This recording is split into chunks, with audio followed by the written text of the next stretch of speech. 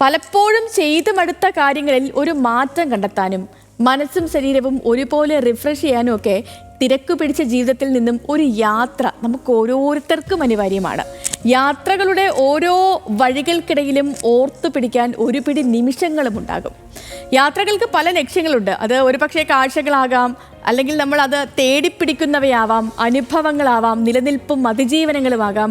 പക്ഷേ വിദൂര ദേശങ്ങളിലേക്ക്, രാജ്യങ്ങളിലേക്ക് നാം ചേക്കേറുമ്പോഴും ഗൃഹാതുരമായ ഓർമ്മകളോടെ തിരികെ വിളിക്കുന്ന ഒരു വീടും മാതാപിതാക്കളും ബന്ധുജനങ്ങളും എന്തിനേറെ ഒരു പിടി നല്ല സുഹൃത്തുക്കളുമൊക്കെ എല്ലാവർക്കും ഉണ്ടാകും.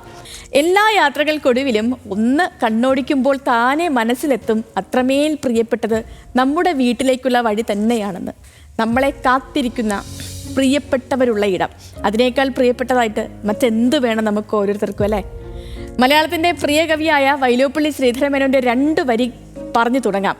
എന്തിന് മർത്യായുസ്സിൽ സാരമായത് ചില മുന്തിയ സന്ദർഭങ്ങൾ അല്ല മാത്രകൾ മാത്രം.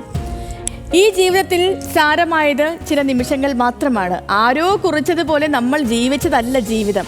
മറ്റുള്ളവരുടെ ഓർമ്മയിൽ നാം എന്ത് ബാക്കി വയ്ക്കുന്നു എന്നതാണ്.